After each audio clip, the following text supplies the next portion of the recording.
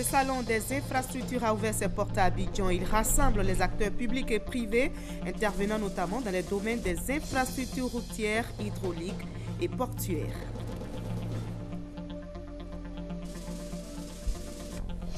Et cette nouvelle qui devrait réjouir les petites et moyennes entreprises en Côte d'Ivoire. Fini les problèmes de financement. Les banques ivoiriennes vont mettre à la disposition des PME une ligne de crédit de 1340 milliards de francs CFA. Les élections législatives sont annoncées pour le 18 décembre prochain. Aujourd'hui, dans Capsule législative, nous parlerons du député suppléant. Qui est-il ?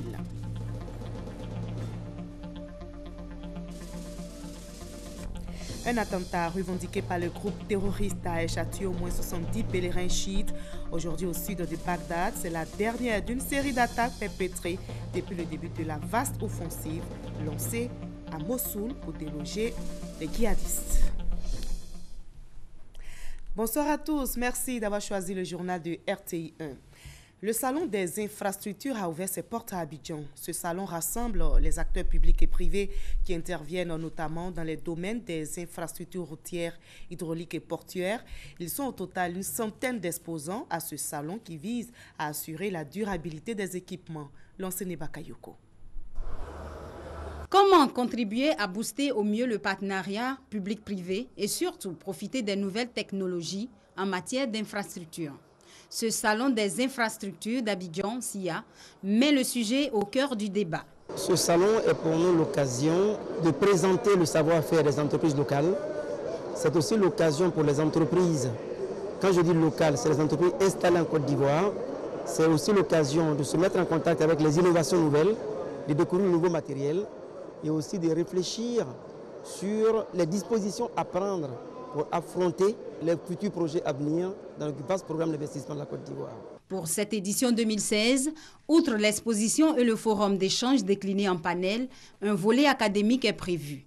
Il porte sur la prévention et la gestion du contentieux des marchés publics.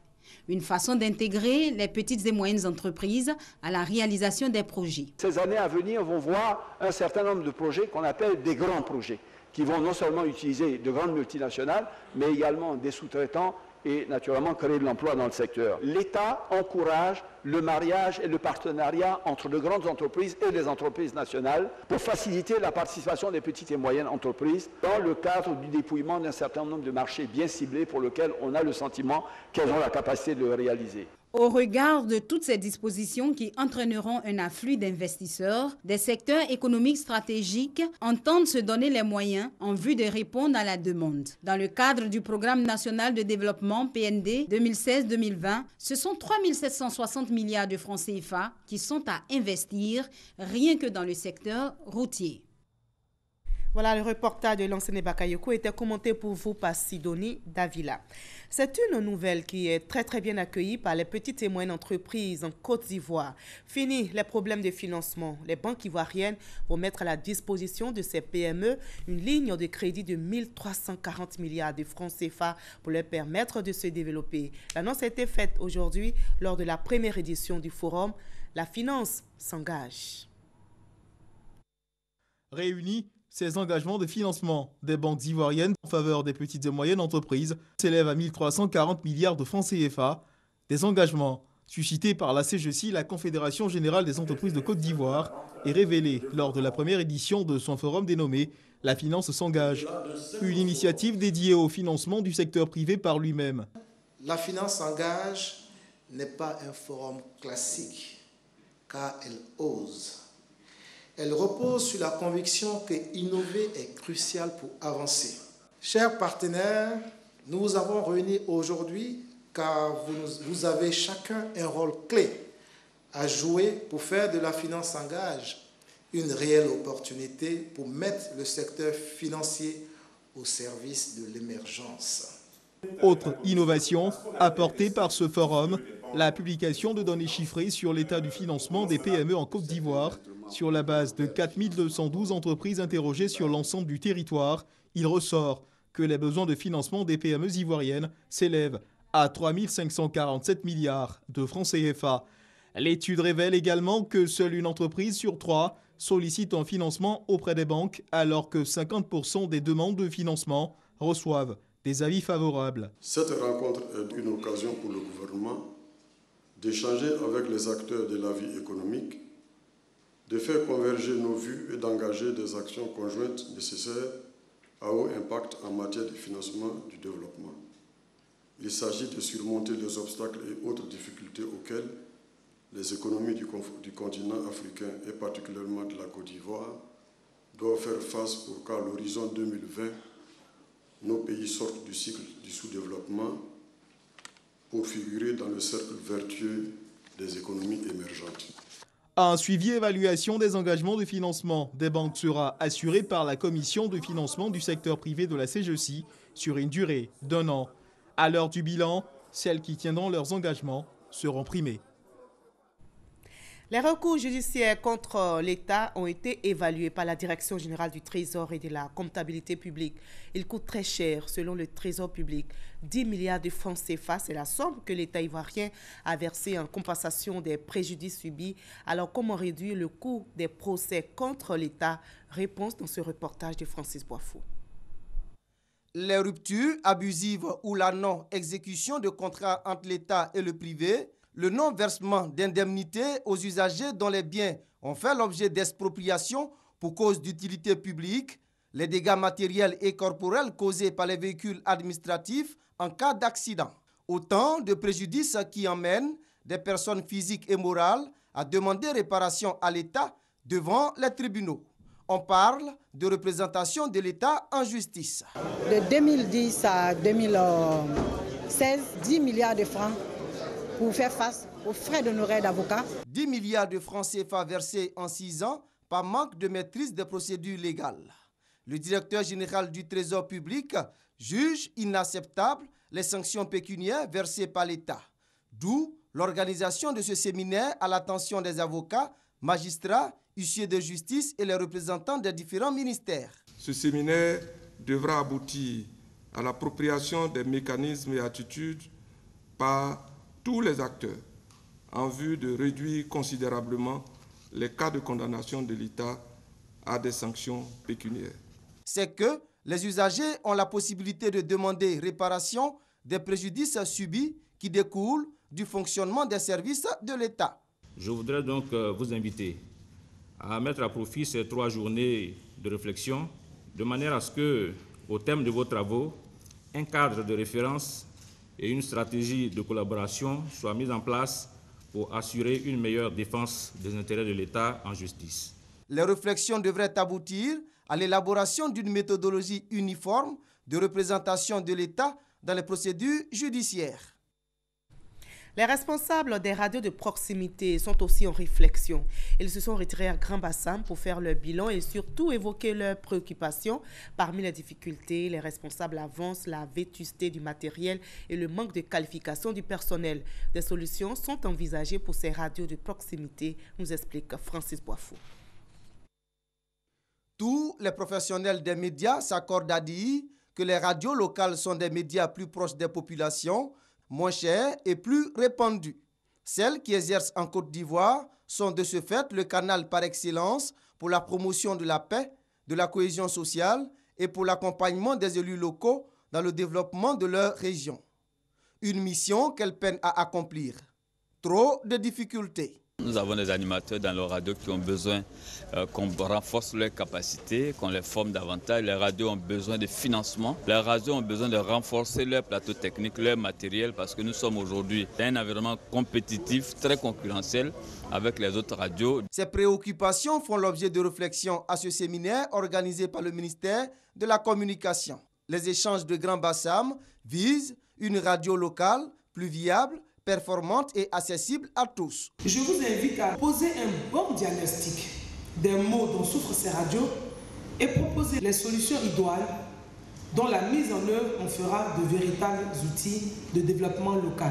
Je m'engage à amener l'ensemble du gouvernement à faire sienne les résolutions qui seront issues du présent séminaire en vue de rendre nos radios rurales locales et nos radios de proximité plus viables, plus performantes et plus crédible. Pour la ministre de la Communication, les radios locales constituent de véritables relais de la radio nationale et de fréquence 2 en matière d'information et de communication. On en arrive à l'actualité politique en Côte d'Ivoire. Les élections législatives sont annoncées pour le 18 décembre prochain. Aujourd'hui, dans Cap sur les législatives, nous parlerons du député suppléant. Qui est-il?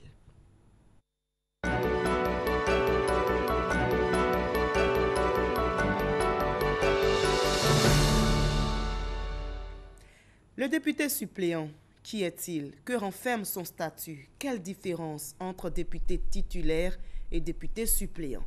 Quel est le rôle du député suppléant? Thomas Gessambi s'est intéressé au sujet. Voyons son reportage.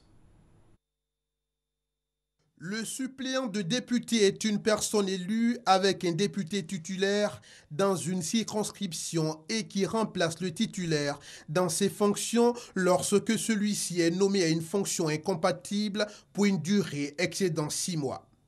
Si ailleurs dans le monde, la question de suppléance de député a été traitée depuis des lustres, en Côte d'Ivoire, c'est en septembre 2004 que la loi relative aux députés suppléants a été votée. Cette loi stipule en ses articles 2 et 3 qu'il est procédé à la suppléance du député à l'Assemblée nationale lorsque celui-ci se trouve dans l'une des situations d'empêchement suivantes. L'acceptation d'une des fonctions incompatibles avec le mandat de député, telle la qualité de membre du Conseil constitutionnel et des juridictions suprêmes, de membre du Conseil économique et social, de membre de cabinet ministériel et de membre de la commission chargée des élections. À ces personnalités visées s'ajoutent aussi les présidents des conseils d'administration, les directeurs généraux et leurs adjoints d'une société d'État ou d'une société à participation financière publique. L'empêchement du député à exercer son mandat peut aussi résulter de l'accomplissement des obligations militaires, l'exécution d'un mandat ou d'une mission d'État excédant 6 mois. Il n'y a pas lieu de suppléance dans les cas de maladie, accident, décès ou démission d'un député. Tout Ivoirien qui a la qualité d'électeur peut se présenter dans toute circonscription électorale de son choix pour être candidat à la suppléance d'un député. Tout candidat à la suppléance d'un député à l'Assemblée nationale doit remplir les mêmes conditions que le candidat titulaire. Et pour terminer, tout député nommé à l'une des fonctions incompatibles avec l'exercice du mandat de député et qui cesse de l'exercer réintègre de plein droit ses fonctions de député dans les 8 jours qui suivent la cessation des dites fonctions.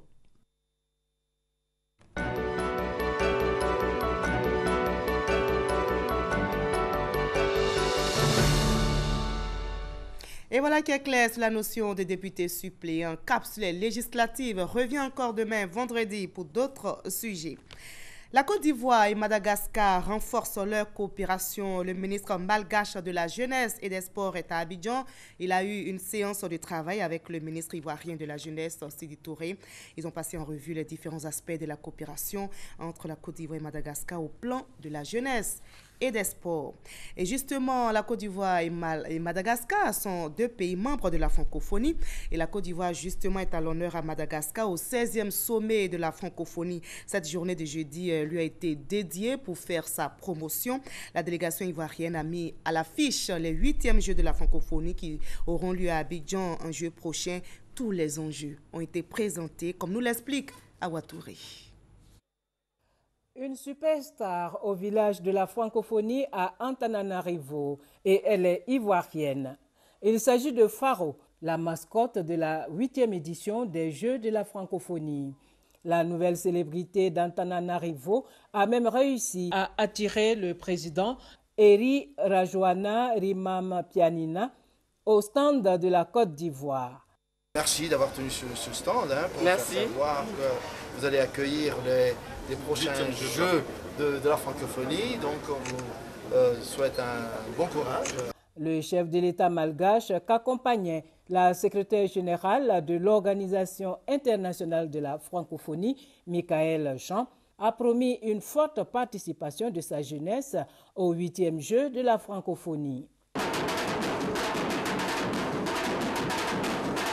Autre articulation des activités de la délégation ivoirienne, la célébration de la journée dédiée à la Côte d'Ivoire.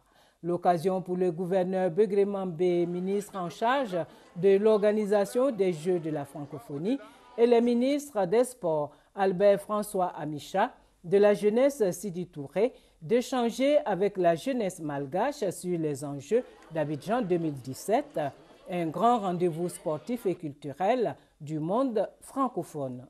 Madagascar a un potentiel et Abidjan a un potentiel. C'est du partage de ces différents échanges que nous pouvons aller de l'avant. Ce sont deux peuples complémentaires et moi je suis très heureux de découvrir ce beau pays, de découvrir cette jeunesse très dynamique, très affirmée. Et en tout cas, Abidjan vous attend. À ces Jeux d'Abidjan, il y aura 8 disciplines sportives qui permettront aux jeunes des 80 pays de se frotter, de se connaître sur les stades. Mais en dehors des stades, c'est de partager des expériences. Et c'est pour cela que le président de la République de Côte d'Ivoire a souhaité que le village des Jeux se passe dans un endroit de formation de sportifs. C'est une opportunité et nous pensons que Madagascar saura répondre à ces Jeux. Faire le mariage entre le physique et le mental. Voici le premier message pour la jeunesse. Deuxième enseignement des Jeux de la francophonie. Il n'y a que dans les Jeux de la francophonie, nous avons des épreuves culturelles. Or, un peuple qui ne s'approprie pas sa culture et qui n'a pas une conscience de sa culture, n'a pas de repère pour gérer ses relations avec les autres peuples du monde. Le troisième message des Jeux, c'est le développement durable. Le développement durable dont il est question dans les Jeux de la francophonie, c'est de nous amener à comprendre que l'homme et la nature vont ensemble. Le gouverneur Begré Mambé a par ailleurs indiqué que les chantiers avancent et seront disponibles à temps, notamment le village des Jeux à l'INJS qui va accueillir près de 4000 athlètes et artistes, le stade Félix Houphouët-Boigny, le canal au bois et le palais des sports. Et on en arrive à cette cérémonie de distinction des cadres de l'Indénié du Ablaye. Ils ont été honorés par la grande chancelière pour services rendus à la nation. Au nombre de 25, ces cadres d'Abengourou ont été élevés au rang de commandeur de l'ordre national, nous explique Sidonie Davila. C'est au son de la musique de la Baudan que la grande chancelière a décidé de célébrer ces hommes et femmes d'excellence et de valeur d'Abengourou, chef-lieu de l'Indénié Douablin. Ces valeureux travailleurs, au nombre de 25, ont reçu chacun une médaille de reconnaissance nationale. J'exprime toute ma joie au chef de l'État. Pour nous, la distinction qui a été décernée au roi de l'Indénié suffisait largement pour combler le peuple indénien. C'est avec un réel plaisir et beaucoup de joie que je reçois cette distinction honorifique qui m'encourage à faire davantage dans mon travail quotidien. Je suis heureuse. Travail du champ, la terre n'a jamais trahi. Je dis merci à Côte d'Ivoire, tout le monde qui sont en brousse là, il n'a qu'à être comme moi. Au cours de cette cérémonie, une mention spéciale a été faite au roi de l'Indénié, Nanamboa Kwasi III. Selon son peuple, il incarne l'unité et la cohésion des fils et filles de la région. Nous vous faisons commandeur de l'ordre national. Pour la grande chancelière, cette cérémonie de décoration s'inscrit dans la politique de proximité mise en place depuis sa prise de fonction.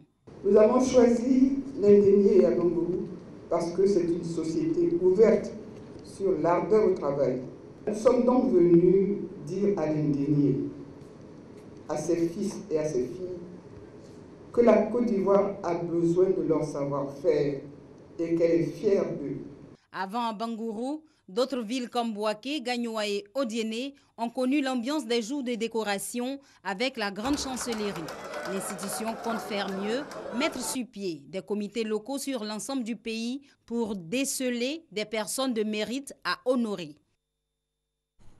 Vous allez le voir dans ce reportage qui va suivre. C'est un jeu, mais un jeu d'apprentissage qui a pour but d'inculquer aux élèves le goût des mathématiques. C'est un concours de calcul rapide initié pour les enfants du cours élémentaire et du cours moyen. La première édition vient d'être lancée. 26 écoles vont s'affronter. Voyons cela avec Sita Soro. Vulgariser les mathématiques en Côte d'Ivoire par le canal du jeu d'apprentissage automatique de calcul, en abrégé JAC, c'est tout le sens de la première édition du concours de calcul rapide inter-école. Un concours réservé aux classes des cours élémentaires CE et celles des cours moyens CM1. Une initiative qui a l'adhésion du ministère de l'Éducation nationale à travers la direction de la vie scolaire. Le développement de l'entrepreneuriat scolaire étant pour la plus grande part l'installation des valeurs chez l'enfant, il était opportun donc de prendre cette opportunité et de prendre ce jeu-là comme initiation. Selon son concepteur, le jeu d'apprentissage automatique de calcul est un outil qui vient cultiver l'amour des mathématiques chez les apprenants par le jeu. Quand tu dis à un enfant, viens étudier, c'est difficile. Maintenant, qu'est-ce qu'il faut trouver? C'est-à-dire que qu'est-ce qu'il faut faire pour que l'enfant puisse aimer très rapidement les études. En jouant, ils sont éveillés, ils sont contents parce qu'ils ont gagné. Alors ça dégage aussi, disons, un esprit vraiment d'équipe, la solidarité, la cohésion. Et ça réduit même l'égocentrisme. Jacques vise également à améliorer des techniques de calcul chez l'enfant, développer ses réflexes, l'amener à manipuler correctement les chiffres et appliquer plus rapidement les règles de calcul. Pour l'ouverture de cette première édition, l'école primaire catholique externe à Saint-Paul du Plateau était opposée à l'école Saint-François-Xavier d'Anono. Concours qui s'est soldé par la victoire de l'équipe d'Anono. Et nous partons maintenant pour le salon de l'alimentation où le public est sensibilisé à améliorer ses habitudes alimentaires. Bien manger pour améliorer sa santé. Des expositions, des produits fabriqués, comme vous le voyez, par les Ivoiriens ont été l'occasion de faire découvrir des aliments et produits de santé en Côte d'Ivoire, sans produits chimiques surtout. Eric Gori. Manger sain et naturel pour préserver sa santé, c'est l'objectif de la 5e édition du Salon ivoirien de l'alimentation et de la santé. Un événement qui invite les populations à changer leurs habitudes alimentaires qui sont très souvent cause de perturbations métaboliques. Permettre aux Ivoiriens justement d'améliorer leur alimentation. Parce qu'une fois que la personne est informée et sensibilisée sur la qualité nutritionnelle de l'aliment qu'elle consomme, elle améliore mieux son alimentation. Le représentant du ministre de la Santé et de l'Hygiène publique salue l'initiative. Une initiative qui permet de découvrir des produits made in Côte d'Ivoire. Nous avons vu beaucoup de choses, beaucoup de bonnes choses, beaucoup de bonnes initiatives. Le vrai problème, c'est que ces fruits de recherche ne soient pas connus du grand public. Occasion pour les exposants de valoriser leurs produits qui contribuent à maintenir la santé, selon eux. Les vertus de l'alcool Magica Z, c'est quoi? Dès que vous avez ce produit et quelqu'un est brûlé tout de suite avec de l'eau chaude, de l'huile chaude, acide, gaz, essence, courant, on imbibe rapidement du coton ou de la bande compresse, on dépose partout. Il suffit d'attendre 30 minutes, vous enlevez tout le coton ou la bande compresse, la peau est intacte comme ça, il n'y a aucune plaie. Le magnésium que nous proposons est extrait des roches. Donc c'est un produit qui est en provenance de la France et du Japon, là où nous avons en Iscario une espérance de vie de plus de 100 ans. Ce salon ivoirien de l'alimentation et de la santé a pour thème alimentation et beauté. Des professeurs, des médecins, des spécialistes et diététiciens ont entretenu les participants pendant 3 jours. La lutte contre le terrorisme se renforce aussi en Côte d'Ivoire. Les organisations de la société civile se mobilisent donc. Elles se sont retrouvées mercredi dernier en vue de réfléchir sur les stratégies adéquates à mettre en place. Unis contre le terrorisme, ce fléau des temps modernes, cette nouvelle violence qui n'épargne désormais aucun État, même pas la Côte d'Ivoire, a frappé le 13 mars dernier par une attaque qui a fait une vingtaine de morts à Grand Bassam. Comment donc prévenir ce genre d'attaque?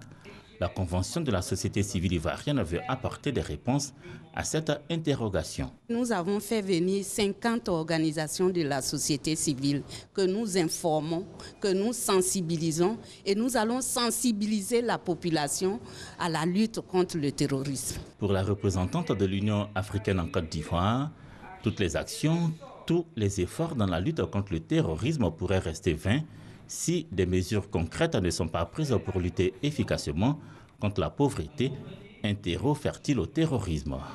Justement, c'est la première stratégie de l'Union africaine. Il faut s'attaquer à la pauvreté, s'attaquer à la corruption, s'attaquer au chômage s'attaquer à l'intolérance, privilégier la cohésion sociale dans les pays africains. En attendant, il faut poursuivre la sensibilisation. Les jeunes ont besoin de discours qui les rassurent, qui les orientent et qui leur permettent de savoir, d'avoir de l'espérance dans leur vie et ainsi devenir des acteurs de lutte contre toute forme de violence, contre le terrorisme. Pour Martin Thior, le représentant résident de la fondation allemande Friedrich Ebert, le grand défi sera de concilier la lutte contre le terrorisme et la protection des libertés citoyennes. Reportage réalisé pour vous par Georges Ibrahim Tunkara et Hugues Hervé Blé. Hors de la Côte d'Ivoire, en Irak, un attentat revendiqué par le groupe terroriste Daesh a tué au moins 70 pèlerins chiites aujourd'hui même au sud de Bagdad. C'est la dernière d'une série d'attaques perpétrées depuis le début de la vaste offensive lancée à Mossoul pour déloger les djihadistes de leur fief.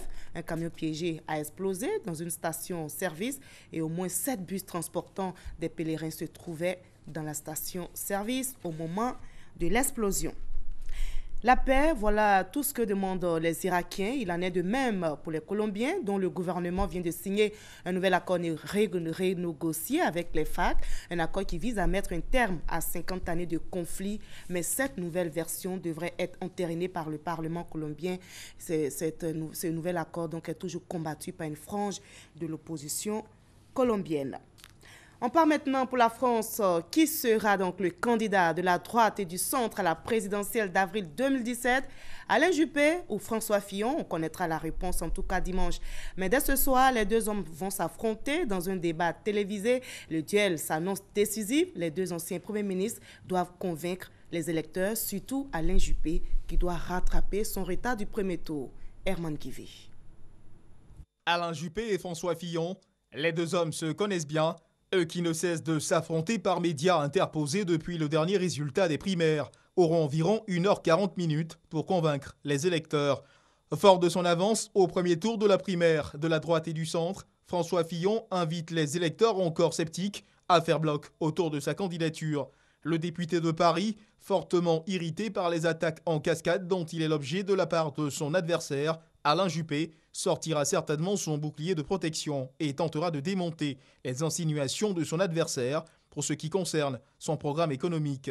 Alain Juppé, le maire de Bordeaux, lui a multiplié les attaques frontales. Il devrait ce soir rester fidèle à sa stratégie sans toutefois donner dans l'excès. Les deux hommes promettent de redresser la France, chacun avec sa stratégie. Les deux hommes seront questionnés par 3 journalistes. Ils auront seulement 2 minutes pour répondre aux questions. François Fillon ou Alain Juppé, le débat qui fera tâche dans le choix des électeurs encore sceptiques. Et en Côte d'Ivoire, ici, dans le domaine de la culture, du 15 au 16 novembre dernier, la région du Gontougo a vécu un événement historique, la Daye Kessié, dont la célébration a été interrompue il y a 31 ans pour diverses raisons, a été célébrée dans la sous-préfecture de Tabagne. Ce festival est l'événement le plus important du Royaume Bron. Voyons tout cela avec Herman Niamien. C'est à Tabagne, dans la région du Gontougo, que le roi des Brons a convié son peuple à la célébration de la Daye Kessié. Cette fête, qui intervient plus d'une semaine après la fête des Ignames, est un moment de réjouissance et d'allégeance du peuple Bron à son roi. Pour ce qui est de la Daye, il faut reconnaître que c'est le plus grand rassemblement du peuple Bron, du royaume Bron si vous voulez. 12 jours après avoir consommé l'Igname, le roi n'a ressenti aucun bobo et ainsi il appelle tout son peuple, tous ses dignitaires, tous ses chefs de province pour venir célébrer cette joie avec lui. La grande attraction de la Daye Kessié, c'est la parade des chefs et princes ainsi que du roi lui-même. Représentant les 5 provinces du royaume Bron, chaque chef porté dans un palanquin et accompagné de ses sujets fera la ronde devant les nombreux invités venus assister à l'événement. On passe en revue les troupes et on passe saluer les populations. Mais qui passe? C'est le roi accompagné de ses chefs de province. La célébration de la Daye Kessié a été interrompue il y a 31 ans pour des querelles de succession. Ce retour est donc le signe de l'unité et de la cohésion retrouvée au sein du royaume Bron. Les initiateurs soutenus par le gouvernement ivoirien entendent à travers ce retour pérenniser l'événement afin de promouvoir davantage le riche patrimoine culturel du peuple Bron. À travers la Daye, nous pouvons montrer au monde entier notre savoir-faire dans l'artisanat, notre savoir-faire dans le tissage par exemple. Nous avons plein de richesses cachées. Je crois que c'est un boom économique au sein même du tourisme. Pour cette célébration de la Daye Kessié, le peuple bron de Côte d'Ivoire a bénéficié du soutien de ses frères du Ghana venus avec une forte délégation. Voilà, ce journal est terminé, mais vous ne décrochez pas, restez avec nous sur RTI1. J'aurai du plaisir à vous retrouver demain à la même heure.